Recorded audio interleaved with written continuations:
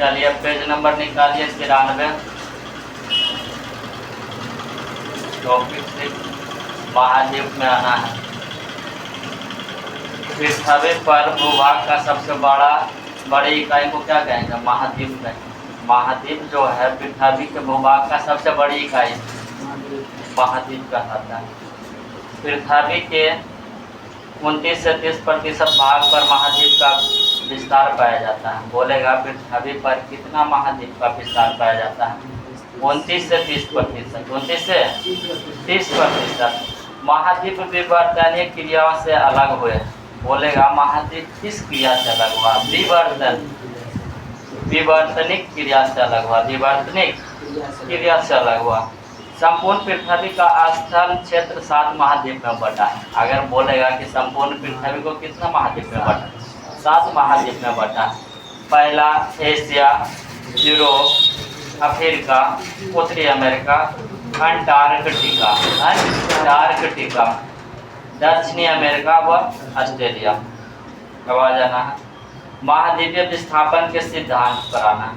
महाद्वीपीय सिद्धांत का एक जर्मन मौसम वैज्ञानिक, ध्रुवीय अन्वेषण खगोलशास्त्री और भूवैज्ञानिक अल्फ्रेड वेगनर ने दिया था। बोलेगा कि महाद्वीपीय विस्थापन का सिद्धांत कौन दिया था? Alfred Wegener. जैसे कि विस्थापन कुछ वेग में होवे, एकदम ओकरे पर याद रखना है कि महाद्वीपीय विस्थापन का सिद्धांत कौन दिया था? Alfred Wegener. उन्होंने वास्तव में महाद्वीपीय बहाव के जनक के रूप में माना जाता है। अल्फ्रेड वेगनर को किसके रूप में माना जाता है? महाद्वीपीय बहाव के जनक के रूप में। महाद्वीपीय बहाव के जनक के रूप में।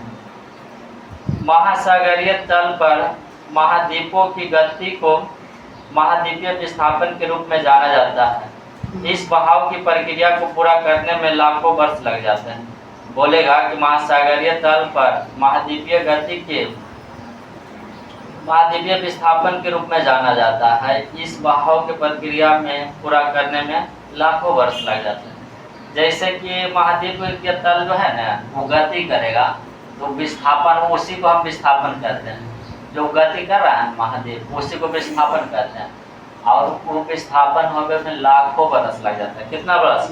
लाखों वर्ष लग जाता है। वेगनर के अनुसार कार्बोनिफेरस युग में सभी महाद्वीप एक महाद्वीपीय द्रव्यमान का निर्माण किया, जिसे पैंजिया कहा जाता है, जिसका अर्थ होता है संपूर्ण पृथ्वी। बोल रहा है कि कार्बोनिफेरस युग में सभ्य जितना भी है ना महाद्वीप, वो एक वो था। कौन सा युग में? कार्बोनिफेरस युग में। और उसी को कहा जाता है पैंजिया। पैंजिया मतलब संपूर्ण पृथ्वी। पैंजिया मीन्स संपूर्ण पृथ्वी। यह महाद्वीप पैंथेलासा नामक एक विशाल सागर से घिरा हुआ था, जिसका अर्थ संपूर्ण जल से था। देखो, पैंजिया का मतलब हो गए संपूर्ण पृथ्वी। पैंजिया का मतलब संपूर्ण पृथ्वी। पैंथेलासा मतलब संपूर्ण जल, यानी कि जितना सागर है वो पूरे टोटल। हाँ, यानी कि वो जल से चारों साइड से घिरा हुआ था। कौन घिरा हुआ था? पैंजिया। किससे घिरा हुआ था? पैंथेलासा से। पैंजिया का उत्तरी भाग लारेशिया तथा दक्षिणी भाग गोंडवाना लेंटल को प्रदर्शित करेगा। बोलेगा कि पैंजिया का उत्तरी भाग लारेशिया। बोलेगा कि उत्तरी भाग लारेशिया। बोलेगा कि पैंजिया का उत्तरी भाग लारेशिया, फिर दक्षिणी भाग कहेगा तो गोंडवाना लैंड को प्रदर्शित करेगा। पैंजिया के दो भाग, एगो उत्तरी भाग कहेगा तो लारेशिया, उत्तरी भाग लारेशिया, दक्षिणी भाग गोंडवाना लैंड। गोंडवाना लैंड से भारत टूट गया। ठीक है, चलिए आगे चलकर पैंजिया का विभाजन हो गया तथा स्थल भाग एक दूसरे से अलग हो गए। यह विभाजन दो दिशाओं में प्रवाह के रूप में हुआ। उत्तर की ओर या भूमध्य रेखा की ओर प्रवाह गुरुत्व बल तथा प्लवनशीलता के बल के द्वारा हुआ, जबकि पश्चिम की ओर प्रवाह सूर्य और चंद्रमा के ज्वारीय बल के कारण हुआ। बोलेगा कि पश्चिम की ओर प्रवाह किसके कारण हुआ? चंद्रमा और सूर्य के ज्वारीय प्रभाव के कारण, ज्वारीय बल के कारण। बोलेगा कि पश्चिम में जो द्वीप गया वो किसके कारण गया? चंद्रमा और सूर्य के ज्वारीय बल के द्वारा, ज्वारीय बल के द्वारा। लेकिन उत्तर गया कैसे? गुरुत्वीय बल और बलवनशीलता बल के द्वारा। गुरुत्वीय बल और बलवनशीलता बल के द्वारा गया। उत्तर में बोलेगा उत्तर बोले या भूमध्य सागर, भूमध्य रेखीय बोलेगा तो बोलेगा गुरुत्व बल या बलवनशीलता के कारण। अब आ जाना है कि परिमाण स्वरूप महासागरों तथा महाद्वीपों का वर्तमान स्वरूप प्राप्त हुआ। वही कारण है कि सब विस्थापित हो गया, सातों में बट गया। तो अब ही जो है वर्तमान स्वरूप दिख रहा सातों में। अब आ जाना है एशिया महाद्वीप में। एशिया शब्द की उत्पत्ति हिब्रू भाषा के आंसू से हुआ है। बोलेगा कि एशिया शब्द की उत्पत्ति किससे हुआ? हिब्रू भाषा के आंसू शब्द से, आंसू शब्द से, जिसका शाब्दिक अर्थ होता है उदित सूर्य। जिसका शाब्दिक अर्थ क्या होता है? उदित सूर्य होता है। यह संसार का सबसे बड़ा महाद्वीप है। यह विश्व का लगभग 30% क्षेत्रफल पर विस्तृत है। इससे होकर 3 प्रमुख अक्षांश वृत्त कर आर्कटिक विषुवतीय वृत्त गुजरता है।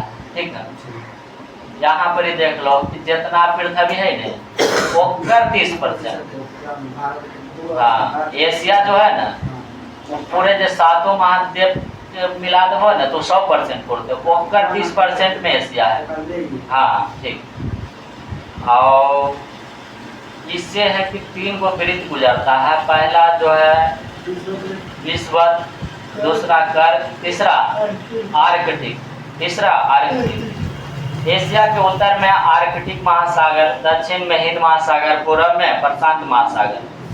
देखिए उत्तर में कहेगा था आर्कटिक महासागर, उत्तर में आर्कटिक महासागर, दक्षिण में हिंद महासागर, दक्षिण में हिंद महासागर, अब पूर्व में कहेगा था प्रशांत महासागर, पूर्व में प्रशांत महासागर हो जाएगा।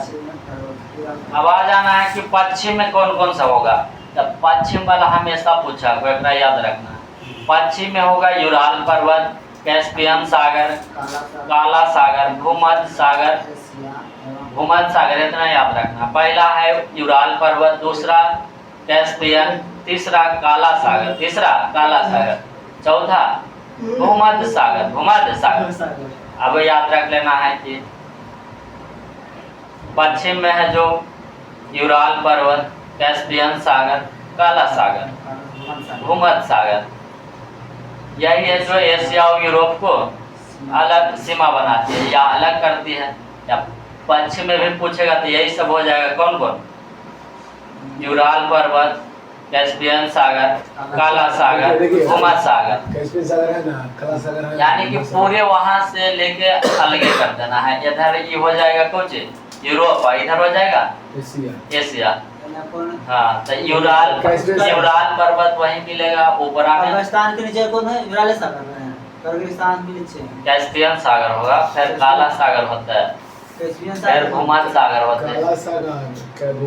हाँ वही भूमध्य सागर। ऊपर कोने जाओ, कोने में जाओ ऊपर, एने हाँ वो काला सागर होले। तुर्की के ऊपर काला सागर होले। हाँ, भूमध्य सागर निचवा होते। अरे ऐसे करके ऊपर में है, ऐसे चल गया सीधा सीधा वो दिख रहा कोने हमारे बाबू से कोने के लोहा। पहले भूमा, तब काला, तब कैस्पियन। हाँ चल जाइए। कैस्पियन काला भूमध्य, काला कैस्पियन। चल आइए। लाल सागर और स्वेज नहर एशिया को अफ्रीका से अलग करेगा। एशिया को अफ्रीका से कौन अलग करेगा? लाल सागर और स्वेज नहर। बोलेगा कि एशिया को अफ्रीका से कौन अलग करेगा? लाल सागर और स्वेज नहर। लाल सागर और स्वेज नहर किसको किससे अलग करेगा? एशिया को अफ्रीका से अलग। लाल सागर और स्वेज नहर। अब आ जाना है बेरिंग जल संधि एशिया को उत्तरी अमेरिका से अलग करता है। ये सब पूछा कौन कि एशिया को उत्तरी अमेरिका से कौन अलग करेगा? बेरिंग जल संधि। बेरिंग जल संधि। यहाँ विश्व का लगभग 60% जनसंख्या यानी सर्वाधिक जनसंख्या वाला महाद्वीप निवास करती है। बोलेगा एशिया में जो है लगभग 60% जनसंख्या रहता है। समझिए एशिया में जो है कितना परसेंट जनसंख्या? 60% जनसंख्या रहता है। अब पूछेगा कि सर्वाधिक जनसंख्या वाला महाद्वीप कौन सा हुआ? एशिया। ठीक, एशिया महाद्वीप में अतीत प्राचीन युग में स्थलखंड अंगारा में जो आ जाएगा रूस और चीन, अंगारा में रूस और चीन। अब गोंडवाना में आ जाएगा प्रायद्वीपीय भारत, प्रायद्वीपीय भारत। बोलेगा कि एशिया महाद्वीप में अतीत यानी प्राचीन युग के स्थलखंड था अंगारा लैंड। अब एगो गोंडवाना लैंड था, अंगारा में आ जाएगा रूस और चीन, रूस और चीन। और गोंडवाना में आ जाएगा प्रायद्वीपीय भारत, प्रायद्वीपीय भारत।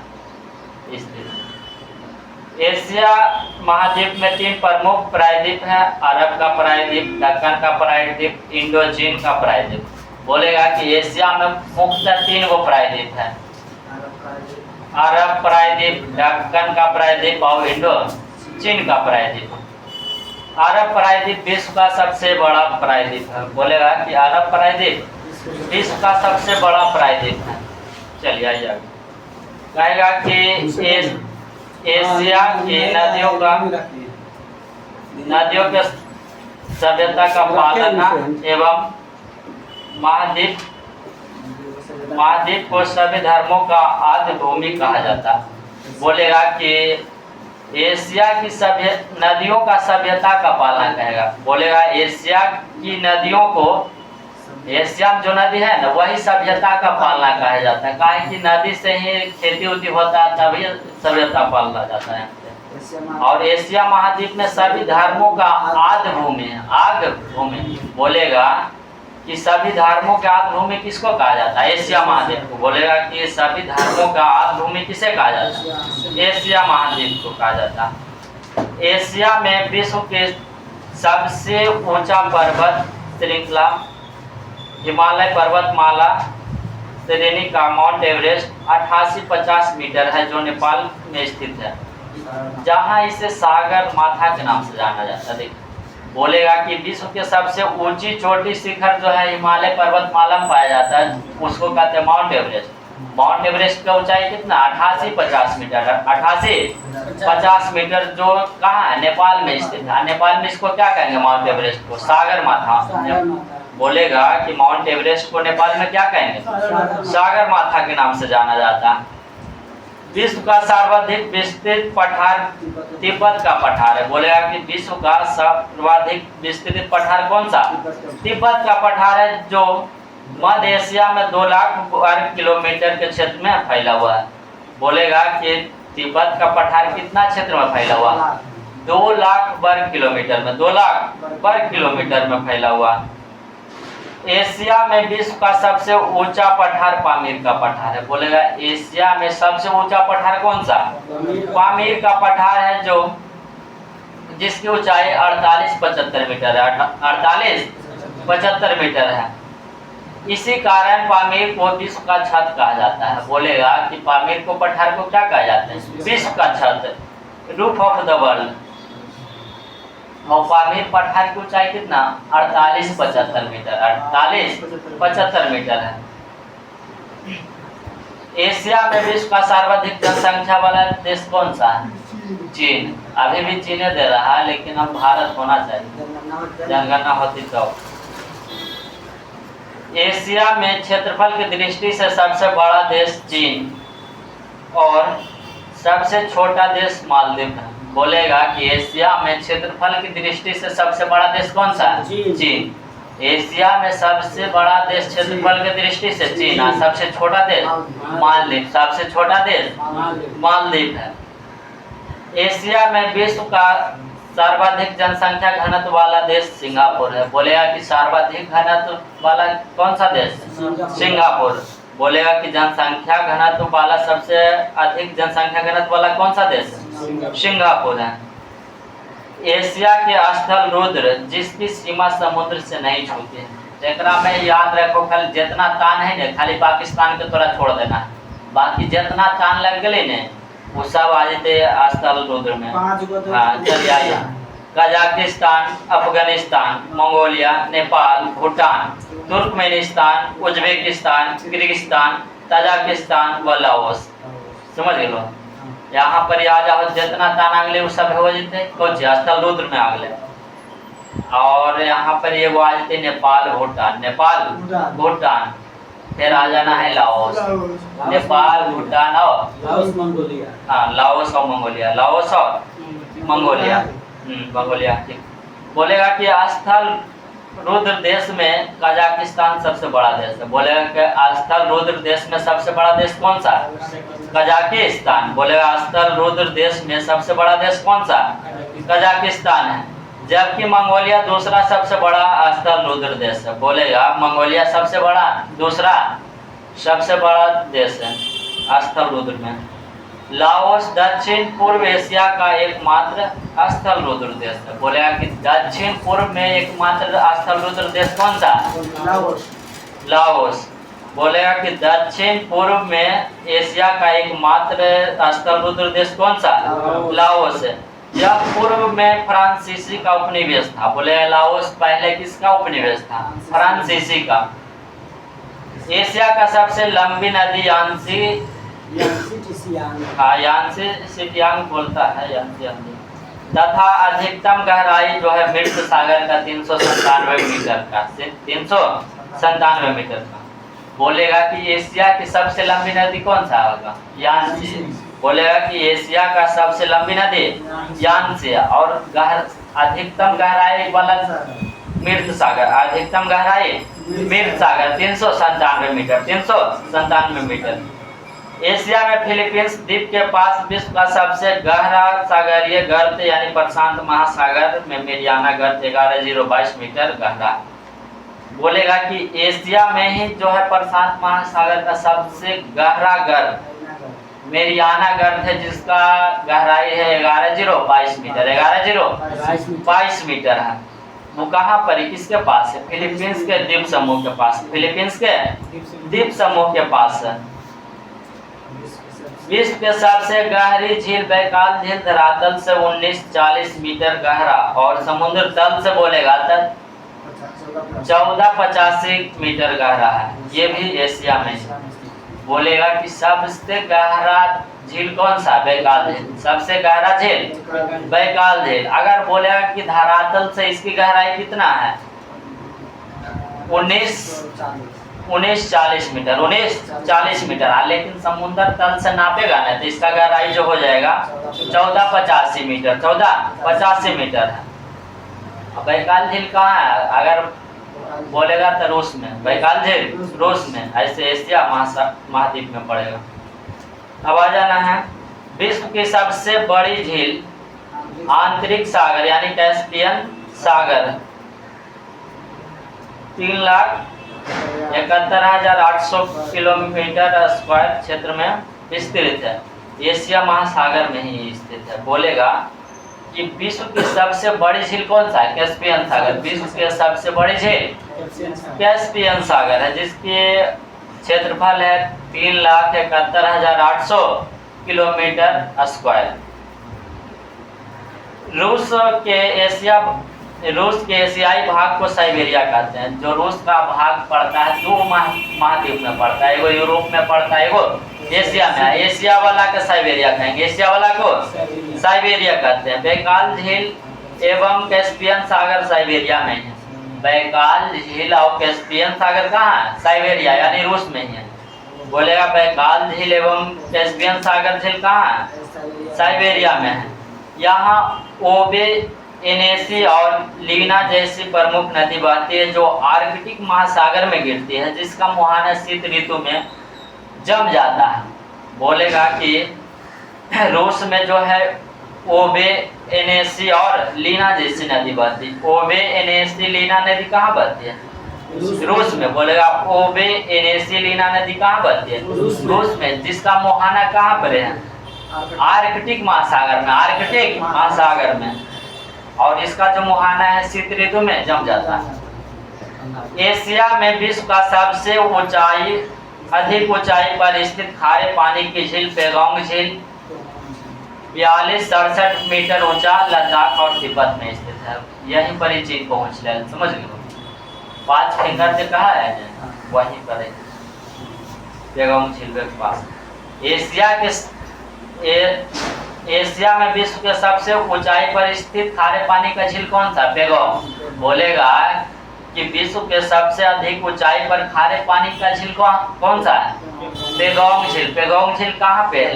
लद्दाख और तिब्बत के मध्य में है। लद्दाख और तिब्बत में स्थित है। लद्दाख और तिब्बत में स्थित है। इसकी ऊंचाई है जो 42-67 मीटर। 42-67 मीटर। एशिया महाद्वीप में विश्व का सर्वाधिक वर्षा वाला क्षेत्र मानसून राम यानी कि 11,405 mm होता है। 11,405 mm मेघालय में, भारत में है। इससे पहले जो था ना मानसून राम मेघालय से पहले जो था चेरापूंजी था सर्वाधिक वर्षा वाला था। लेकिन अब कौन सा है? मानसून राम मेघालय। कितना बारिश होता है? 11,405 mm। अब आ जाना है कि विश्व की सबसे ऊंची रेल लाइन का निर्माण चीन ने किया। चीन के छिहांगे प्रांत से शुरू होकर तिब्बत के लहासा तक फैली है। इस लाइन की ऊंचाई 50-72 मीटर है। 50-72 मीटर है। देखो कितना ऊंचा है, सोच रहे हो, यानी कि 5 किलोमीटर ऊंचा है। कहेगा कि विश्व की सबसे ऊंचाई रेल मार्ग का निर्माण कौन किया है? चीन। बोलेगा कि विश्व के सबसे ऊंचे रेल लाइन का निर्माण कौन किया है? चीन किया है। चीन के छियांग प्रांत से शुरू होकर तिब्बत के लहासा तक जाता है। तिब्बत के लहासा तक फैली हुई है। इस लाइन की ऊंचाई जो है 50-72 मीटर। 50-72 मीटर। महाबली गंगा श्रीलंका का सबसे लंबी नदी है। ये एकदम पूछ दो। महाबली गंगा कहाँ पर है? श्रीलंका की सबसे लंबी नदी है। श्रीलंका के सबसे लंबी नदी है कौन सा? महाबली गंगा। एशिया में विश्व का सबसे लंबा रेल प्लेटफॉर्म श्री रुद्धा स्वामी रेलवे स्टेशन हुगली में। श्री रुद्धा स्वामी रेलवे स्टेशन हुगली में है। हुगली कहाँ पड़ा है? कर्नाटक में। इसकी लंबाई हुगली कोलकाता में। हुगली ग लगा देती तो कलकत्ता वाला चल जाता, बल वाला चले तो कर्नाटक वाला। इसकी लंबाई है 1.5 किलोमीटर यानी कि 1507 मीटर। 1507 मीटर। प्लेटफॉर्म संख्या 5 जी। प्लेटफॉर्म संख्या 5 है। माउंट एवरेस्ट से संबंधित कुछ तथ्य में आ जाना। क्या है कि माउंट एवरेस्ट का नाम तत्कालीन भारत के महासर्वेक्षक सर जॉर्ज एवरेस्ट के नाम पर पड़ा। इन्होंने एवरेस्ट की अवस्थिति का पता लगाए हुए 1830 से 1843 तक भारत के महासर्वेक्षक रहे। विगत में माउंट एवरेस्ट को चोटी 15 कहा जाता था। पहले जो था माउंट एवरेस्ट को क्या कहा जाता था? चोटी 15। और एवरेस्ट का नाम किसके नाम पर रखा गया था? सर जॉर्ज एवरेस्ट के नाम पर। सर जॉर्ज एवरेस्ट के नाम पर। ये जो थे महासर्वेक्षक थे 1830 से 1843 तक। अब आ जाना है कि एवरेस्ट के अवस्थिति देखना है। तो देशांतर बोलेगा तो 86 डिग्री 55 मिनट 40 सेकेंड पूरब। 86 डिग्री 55 मिनट 40 सेकेंड पूर्वी देशांतर। अब अक्षांश बोलेगा तब 27 degree 59 minute 16 second. 27 degree 59 minute 16 second उत्तर में। ठीक। अक्षांश बोलेगा तो 27 डिग्री 59 मिनट 16 सेकेंड उत्तर में। पर्वतमाला के आसपास के विभिन्न स्थलों के औसत मापन द्वारा 1954 में माउंट एवरेस्ट की ऊंचाई 8848 मीटर आंकी गई थी। पहले जो था ना 1954 में नापा गया था कि एवरेस्ट की ऊंचाई है 8848 मीटर। लेकिन नेशनल ज्योग्राफिक सोसाइटी ने जीपीएस उपग्रह के उपयोग द्वारा 5 मई 1999 को एवरेस्ट को ऊंचाई 8850 मीटर की पुष्टि किया। 1999 में जाके पुष्टि हुआ कितना, 88-50 मीटर का, 88-50 मीटर की पुष्टि हुआ। किसके द्वारा, जीपीएस के द्वारा, जीपीएस के द्वारा। माउंट एवरेस्ट को तिब्बत में कोमोलंगमा यानी बर्फ की देवी कहा जाता है। बोलता है कि माउंट एवरेस्ट को तिब्बत में क्या कहेंगे, कोमोलंगमा। माउंट एवरेस्ट को तिब्बत में क्या कहेंगे, कोमोलंगमा का मतलब होता है बर्फ की देवी, बर्फ की देवी। नेपाल में सागर माथा यानी ब्रह्मांड की माता, ब्रह्मांड के माता। नेपाल में क्या कहेंगे एवरेस्ट को, सागर माथा, सागर माथा। और सागर माथा का अर्थ क्या हुआ, ब्रह्मांड की माता, ब्रह्मांड की माता। इसे ही पृथ्वी का तीसरा ध्रुव कहा जाता है। बोलेगा कि पृथ्वी का तीसरा ध्रुव कौन है, Everest, Mount Everest, Mount Everest. पृथ्वी का तीसरा ध्रुव माउंट एवरेस्ट। सबसे पहले एडमंड हिलेरी और तेंजिंग नोर्गे ने 1963 में माउंट एवरेस्ट की चोटी पर पहुंचे थे। बोलेगा कि सबसे पहले माउंट एवरेस्ट की चोटी पर 1953 में कौन पहुंचे थे, एडमंड हिलेरी और तेंजिंग नोर्गे। एडमंड हिलेरी और तेंजिंग नोर्गे, एडमंड हिलेरी और तेंजिंग नोर्गे। सबसे पहले 1953 में माउंट एवरेस्ट पर कौन पहुंचे थे, एडमंड हिलेरी और तेंजिंग नोर्गे। ठीक। नोवांगो गोम्बो प्रथम व्यक्ति थे जो माउंट एवरेस्ट पर 2 बार चढ़े। पहली बार 1 मई 1963 को अमेरिकी अभियान दल के साथ और दूसरी बार 20 मई 1965 को भारतीय अभियान दल के साथ। नोवांग गो तेंजिंग नोर्गे का भतीजा था। बोलेगा कि पहला व्यक्ति कौन था जो 2 बार माउंट एवरेस्ट पर चढ़ा था, नोवांग गोम्बो, नोवांग गोम्बो, नोवांग गोम्बो। अब आ जाना है जिम हिटकर। जिम हिटकर प्रथम अमेरिकी थे जिन्हें 1 मई 1963 को माउंट एवरेस्ट पर चढ़ने में सफलता प्रदान किया। बोलेगा कि प्रथम अमेरिकी कौन थे जो माउंट एवरेस्ट पर चढ़े थे, जिम हिटकर, जिम हिटेकर, जिम हिटेकर। अब आ जाना है Junko Tabei. Junko Tabei Japan की पहली महिला था जो माउंट एवरेस्ट पर 1975 में चढ़ा था। बोलेगा कि जुंको तेबई जापान का प्रथम महिला जो थी माउंट एवरेस्ट की चोटी पर चढ़ी। तो बोलेगा कि जापान की प्रथम महिला कौन थी जो माउंट एवरेस्ट की चोटी पर, Junko Tabei, Junko Tabei Japan की महिला थी, जापान की महिला थी जो एवरेस्ट पर चढ़ी थी। बछेंद्री पाल भारतीय महिला थी जो 1984 में एवरेस्ट शिखर पर चढ़ी थी। तब बोलेगा कि पहली भारतीय महिला कौन थी जो माउंट एवरेस्ट पर चढ़ी थी, बछेंद्री पाल। एकदम इतना याद रख लेना है कि भारतीय महिला बोलेगा था बछेंद्री पाल, जापानी बोलेगा था जुंको तेबई, जुंको तेबई। भारतीय बोलेगा था बछेंद्री पाल, 1984 में चढ़ी थी। अब आ जाना है कि बुदौर जी प्रथम व्यक्ति थे जो 9 मई 1984 को बिना ऑक्सीजन के माउंट एवरेस्ट पर चढ़ने में सफलता प्रदान की। तो बोलेगा कि कौन सा ऐसा व्यक्ति जो थे कि बिना ऑक्सीजन के ही चढ़ गए थे। तो बुदौर जी फुरफुरा के चढ़ गए वो जल्दी जल्दी, समझ गए। बिना ऑक्सीजन के बोलेगा कि माउंट एवरेस्ट पर कौन चढ़ गए थे, बुदौर जी। अब आ जाना है कामी रीता फारिया। कामी रीता फारिया नेपाल के हैं जो सर्वाधिक 23 बार मई 2019 को एवरेस्ट पर चढ़ने में सफलता प्रदान किया। यानी कि 23वीं बार जो था ना मई 2019 में चढ़ी थी, यानी कि 23 बार चढ़ी है एवरेस्ट पर। कामी रीता फारिया पहली बार 24 वर्ष की अवस्था में 1994 में इस चोटी पर पहला चढ़ी थी। बोला कि पहला बार कामी रीता फारिया कब चढ़ी थी, 1994 में, 1994 में 24 वर्ष की उम्र में।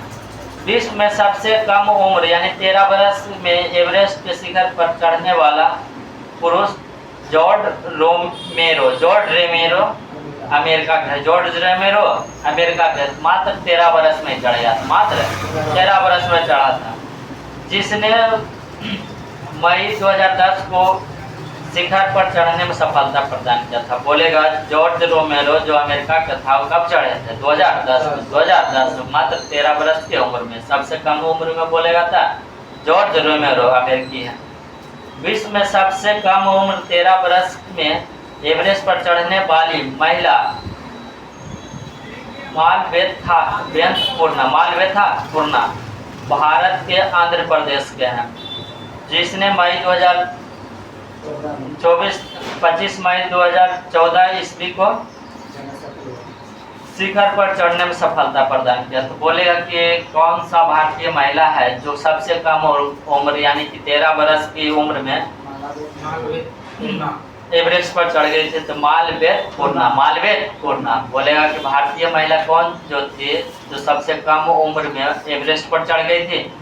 मालवेद पूर्णा आंध्र प्रदेश की थी। सबसे कम उम्र यानी 15 वर्ष में एवरेस्ट के शिखर पर चढ़ने में सफल होने वाला भारतीय पुरुष राघव जुनेजा मुरादाबाद उत्तर प्रदेश के हैं। इसने 21 मई 2013 को एवरेस्ट पर चढ़ने में सफलता प्रदान किया। इसके साथ इसके स्कूल लॉरेंस के 5 बच्चे भी थे। यह विश्व की प्रथम स्कूल टीम थी जिसने एवरेस्ट चढ़ने में सफलता प्राप्त हुआ। बोलेगा कि राघव जुनेजा जो थे सबसे कम उम्र यानी कि 15 वर्ष की अवस्था में एवरेस्ट के शिखर पर चढ़े हैं। देखिए पुरुष वाला में कहेगा कि सबसे कम उम्र में कौन चढ़ा था भारतीय? तो 15 वर्ष के अवस्था में राघव जुनेजा मुरादाबाद यूपी के हैं। और इसी के साथ जो था 5 बच्चा भी चढ़ा था। वो कौन सा स्कूल था? Lawrence school. बोलेगा कि विश्व का कौन सा स्कूल था उसका टीम जो था कि एवरेस्ट पर चढ़ा था? लॉरेंस स्कूल का। आ जाना आगे कि अर्जुन वाजपेयी नोएडा उत्तर प्रदेश के 16 वर्ष की अवस्था में एवरेस्ट के शिखर पर 13 मई 2010 को चढ़ने में सफलता प्रदान किया था। नोट में एवरेस्ट पर तिब्बत की ओर से चढ़ने पर उम्र सीमा का बाध्यता नहीं। अगर आप तिब्बत की तरफ से चढ़ रहे हैं तो उधर से उम्र की बाध्यता नहीं है, कितनों उम्र में आप चढ़ सकते हैं। लेकिन इधर नेपाल की तरफ से चढ़िएगा तो उम्र की बाध्यता होगा। अमेरिका में टॉम हाइडेकर पहले विकलांग थे। कृत्रिम टांग जो 1998 ईस्वी में एवरेस्ट के शिखर पर पहुंचे थे। बोलेगा कि कृत्रिम टांग वाला कौन थे जो पहले एवरेस्ट पर चढ़े थे? टॉम हिटेकर 1998 में। हीमोफीलिया से पीड़ित प्रथम व्यक्ति जो क्रिस बॉम्डियर यानी कि एवर अमेरिका के 22 मई 2017 को माउंट एवरेस्ट पर चढ़ने में सफलता प्राप्त किया। इसने माउंट विंसन को छोड़कर विश्व के सभी महाद्वीप के ऊंची चोटी चढ़ने में सफलता प्रदान किया। जो एगो हीमोफीलिया से पीड़ित हैं वही जो है कि विश्व के सभ्य महाद्वीप के चोटी पर चढ़े थे। कौन थे? माउंट विंसन को छोड़कर खाली कौन थे वो? क्रिस बॉम्डियर पर्वत के नाम है। माउंट विंसन है ने वो पर्वत के नाम है। ओकरा खाली छोड़ के बाकी सब पर चढ़ गए। हाँ चला जा।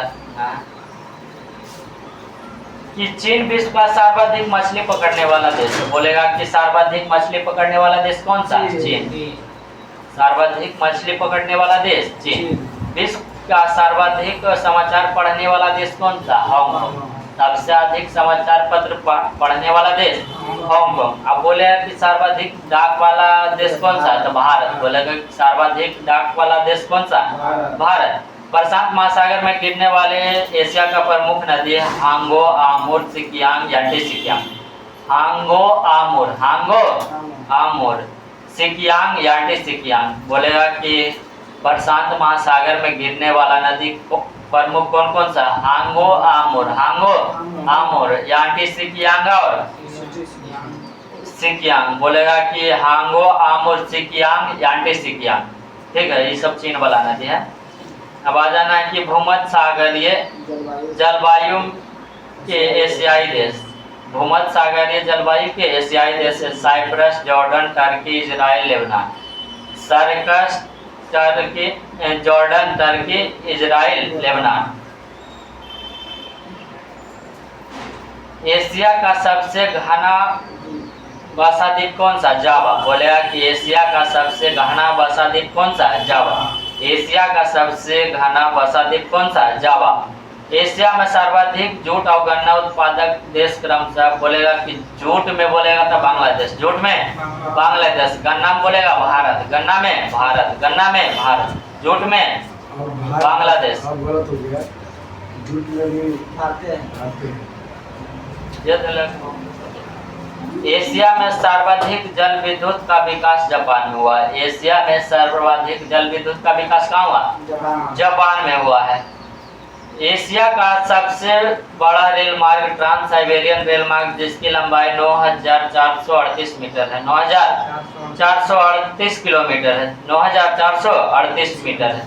यह लेनिनग्राड से व्लादिवोस्टोक तक जाता है। देखिए, बोलेगा कि एशिया का सबसे बड़ा रेल मार्ग कौन सा है? Trans Siberian, trans Siberian. इसकी जो लंबाई है 9438 किलोमीटर, 9438 किलोमीटर है। ये जो है लेनिनग्राड से व्लादिवोस्टोक तक जाता है। ये वाला एकदम याद रख लिया, यही पूछ दो तरह से कि विश्व के सबसे लंबी रेल मार्ग जो है ट्रांस साइबेरियन, वो कहाँ से कहाँ तक जाता है? लेनिनग्राड से व्लादिवोस्टोक, लेनिनग्राड से व्लादिवोस्टोक तक जाता है। अब आ जाना है एशिया की सबसे लंबी रेलवे सुरंग सिक्कन जापान में। बोलेगा एशिया का सबसे लंबी रेल सुरंग कौन सा? सिक्कन। बोलेगा कि एशिया का सबसे लंबी सुरंग कौन सा? सिक्कन सुरंग। वो कहाँ है? जापान में। सिक्कन सुरंग कहाँ है? जापान। इसकी जो लंबाई है 53.85 किलोमीटर, 53.85 किलोमीटर। बोलेगा 53.85 किलोमीटर है। सबसे लंबी सुरंग कौन सा? सिक्कन। सबसे लंबी सुरंग सिक्कन। सिक्कन कहाँ है? जापान में, 53.85 किलोमीटर। यह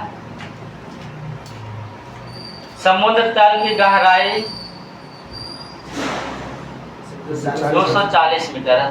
जो समुद्र तल से इसकी गहराई कितना है? 240 मीटर है, यानी कि समुद्र में बना देते हैं, समझ लो। एशिया का सबसे बड़ा रबड़ उत्पादक देश व निर्यातक देश थाईलैंड, मलेशिया, इंडोनेशिया। बोलेगा कि एशिया का सबसे बड़ा रबड़ उत्पादक और निर्यातक देश में आ जाएगा Thailand, Malaysia, Indonesia. Thailand, Malaysia, Indonesia. सबसे बड़ा रबड़ उत्पादक देश में कौन सा आ जाएगा? थाईलैंड, मलेशिया और इंडोनेशिया। थाईलैंड, मलेशिया और इंडोनेशिया। एशिया का देश चीन तंबाकू, गेहूं, चावल आदि में प्रथम स्थान पर। बोलेगा कि तंबाकू, गेहूं, चीन। तंबाकू, गेहूं, चीन में कौन सा प्रथम स्थान पर? चीन। एशिया में सबसे अधिक तंबाकू, गेहूं, चीन कौन सा देश में होता है? चीन में होता है। ये प्रथम स्थान रखता है। विश्व में सबसे अधिक खजूर उत्पादन एवं निर्यात एशियाई देश इराक के द्वारा किया जाता है। बोलेगा कि विश्व में सबसे अधिक खजूर का उत्पादन और निर्यात कौन सा देश के द्वारा किया जाता है? इराक। सबसे अधिक खजूर का उत्पादन कौन सा देश करेगा? इराक करता है, इराक। एशिया के देश जापान में शहतूत के पत्ती पर पाले गए रेशों के कीड़ों से प्राप्त कच्चा रेशम पैदा करने में विश्व में प्रथम स्थान पर है। बोलेगा कि शहतूत के पत्ता पर से रेशम जो प्राप्त किया जाता है, प्रथम स्थान कौन सा देश का? जापान के, जापान का। बोलेगा कि कच्चा रेशा पैदा करने वाला प्रथम स्थान कौन सा देश रखता है? जापान है। एशिया में विश्व का सर्वाधिक प्राकृतिक रबड़ उत्पादन करने वाला देश थाईलैंड। बोलेगा कि एशिया में विश्व का सर्वाधिक प्राकृतिक रबड़ उत्पादन करने वाला देश कौन सा है? Thailand, Thailand.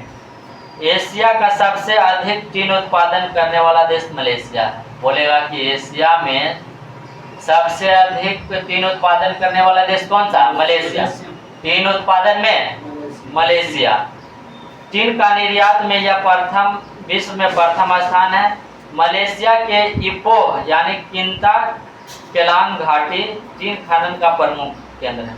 बोलेगा कि मलेशिया में खनन टीन खनन का प्रमुख केंद्र कौन सा? इपोह। ये इपोह, हाँ इपोह कहीं कहा जाता है किंता किलांग घाटी। किंता किलांग घाटी है उस। एशिया का सबसे गर्म स्थान तीरथ जबी इजराइल में, तीरथ जबी इजराइल में तथा सबसे ठंडा स्थान बारखोयांस साइबेरिया में, बारखोयांस साइबेरिया में। बोलेगा कि सबसे गर्म स्थान कौन सा है? तीरथ जबी इजराइल में, तीरथ जबी इजराइल में। सबसे गर्म स्थान कौन सा है? तीरथ जबी इजराइल में, तीरथ जबी इजराइल में है। और सबसे ठंडा स्थान कौन सा? बारखोयांस साइबेरिया, बारखोयांस साइबेरिया। साइबेरिया कहाँ पड़ता है? रूस में। ठीक, अब आ जाना है कि इसका क्रमशः तापमान 54 डिग्री सेंटीग्रेड और माइनस 69 डिग्री सेंटीग्रेड होता है। जैसे कहेगा कि तीरथ जबी का तापमान कितना होगा? 54 डिग्री सेंटीग्रेड, 54 डिग्री। तीरथ जबी का तापमान कितना होगा? 54 डिग्री सेंटीग्रेड। लेकिन वही कहेगा कि बारखोयांस का तापमान कितना होगा? Minus 69 degree centigrade, minus 69 degree centigrade. Verkhoyansk को पृथ्वी का शीत ध्रुव भी कहा जाता है। पृथ्वी का शीत ध्रुव किसको कहते हैं? बारखोयांस का। पृथ्वी का तीसरा ध्रुव किसको कहते हैं? Mount Everest. बोलेगा कि पृथ्वी का तीसरा ध्रुव किसको कहेंगे? माउंट एवरेस्ट को। लेकिन शीत ध्रुव किसको कहेंगे? बारखोयांस, बारखोयांस को कहेंगे। लाल सागर और भूमध्य सागर को जोड़ने वाला नहर सुएज नहर है। बोलेगा लाल सागर तथा भूमध्य सागर को जोड़ने वाला नहर कौन सा? सुएज नहर। लाल सागर और भूमध्य सागर को जोड़ने वाला सागर कौन सा? सुएज नहर है। विश्व का सबसे बड़ा सिनकोना उत्पादन देश इंडोनेशिया है। बोलेगा कि विश्व का सबसे बड़ा सिनकोना उत्पादन देश कौन सा? Indonesia, Indonesia. सिनकोना से क्विनाइन बनाया जाता है जो मलेरिया की दवा है। बोलेगा अच्छा, बांडुरंग इसका सबसे बड़ा सिनकोना उत्पादक केंद्र है। बोलेगा कि इंडोनेशिया में है बांडुरंग, इसका सबसे बड़ा सिनकोना उत्पादक केंद्र है। सिनकोना से क्विनाइन बनाया जाता है, सिनकोना से क्विनाइन बनाई जाती है जो मलेरिया की दवा है, जो मलेरिया की दवा है। एशिया में विश्व का सर्वाधिक जलयान बनाने वाला देश जापान है। जितना भी है ना सिर्फ बड़ा बड़ा जहाज, हाँ वो कौन बनाता है? जापान। बोलेगा कि सबसे ज्यादा जलयान बनाने वाला देश कौन सा? जापान। ओसाका जापान का वस्त्र निर्माण का प्रमुख केंद्र है, जिसे जापान का मैनचेस्टर कहा जाता है। मैनचेस्टर कहे के मतलब हो गए ना, वहाँ सूती वस्त्र बनते हैं, समझ गए? वो वस्त्र से रिलेटेड रहते हैं। जिसे यहाँ कहल जाए ना अहमदाबाद के मैनचेस्टर, वैसे ही जापान के कहल जाए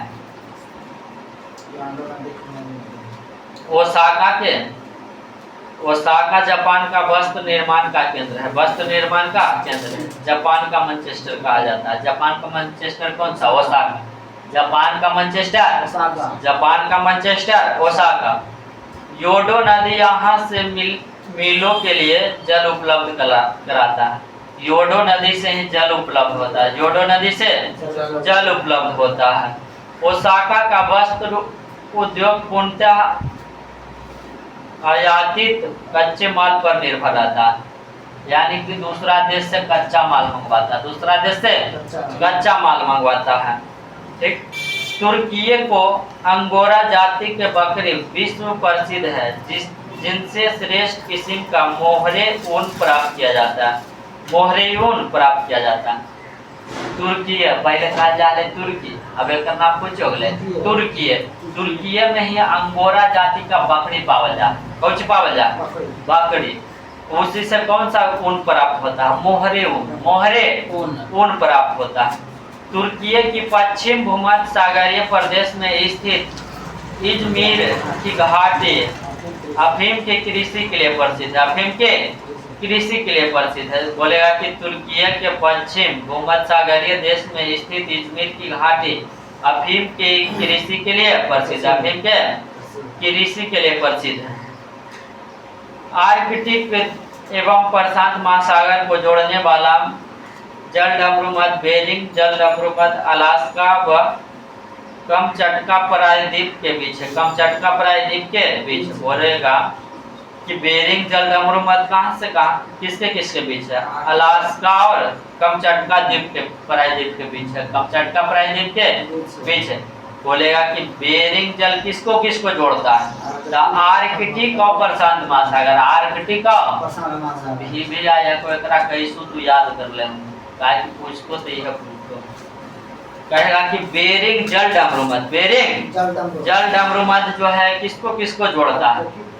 आर्कटिक और प्रशांत महासागर। आर्कटिक और प्रशांत महासागर। आर्कटिक और प्रशांत महासागर।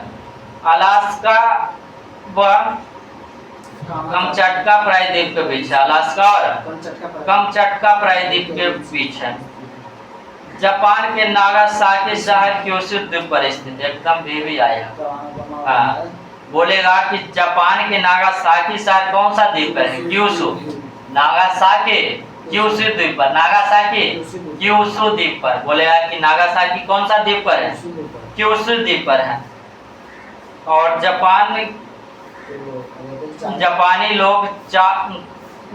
लोगों को चाय अत्यधिक प्रिय है और ये लोग चाय का एक विशेष उत्सव चानो-यू मनाते हैं। चानो-यू विशेष उत्सव मनाते हैं। उसका नाम क्या है? चानो-यू।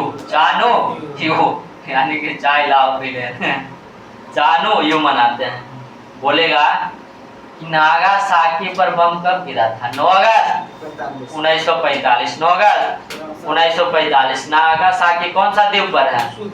क्यूशू द्वीप पर। क्यूशू द्वीप पर है। बेरिंग जल संधि अंतरराष्ट्रीय तिथि रेखा के समानांतर स्थित है। बोलेगा कि बेरिंग जल संधि किसके समानांतर है? अंतरराष्ट्रीय तिथि रेखा। अंतरराष्ट्रीय तिथि रेखा प्रशांत महासागर से ही गुजरता है। कोई दिक्कत? अब आ जाना है कि विश्व में सिंचाई नहरों का सर्वाधिक जाल पाकिस्तान में है। समझ रहे हैं कि अगर भारत पानी रोक दिया है तो उसको नहर में पानी नहीं पहुंचेगा। नहर में नहीं पानी पहुंचेगा, उसका फसल बर्बाद हो जाएगा। समझे? बोलेगा कि विश्व में सिंचाई नहरों का सर्वाधिक बड़ा जाल कहाँ है? पाकिस्तान में। सिंचाई नहरों का सर्वाधिक बड़ा जाल कहाँ है? पाकिस्तान में है। इसलिए पाकिस्तान को नहरों का देश कहा जाता है। नहरों का देश किसको कहेंगे? पाकिस्तान को कहा जाता है। वही बांग्लादेश को नदियों का देश कहते हैं। देखिए, बांग्लादेश को नदियों का देश कहेंगे। बांग्लादेश को नदियों का देश कहेंगे। नहरों का देश किसको कहेंगे? पाकिस्तान। नहरों का देश पाकिस्तान को कहेंगे। म्यांमार अपने सुंदर बौद्ध मंदिरों के लिए प्रसिद्ध है। बोलेगा म्यांमार जो है सुंदर बौद्ध मंदिरों के लिए प्रसिद्ध है। म्यांमार के में बहुत ज्यादा बौद्धिस्ट ही पावल जाए। समझ लो, बौद्ध धर्म के ही रहना। बढ़िया बढ़िया मंदिर खूबसूरत देखना को तो म्यांमार जाओ। हाँ, स्वर्णिम चतुर्भुज के अंतर्गत लाओस, थाईलैंड, म्यांमार आता है। ये एकदम याद रखना है कि स्वर्णिम चतुर्भुज के अंतर्गत कौन कौन सा देश आता है?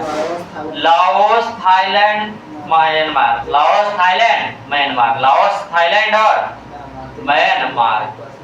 बस। अब ये देशांतर रेखा करना सुना, केडी दिसना पड़ता है।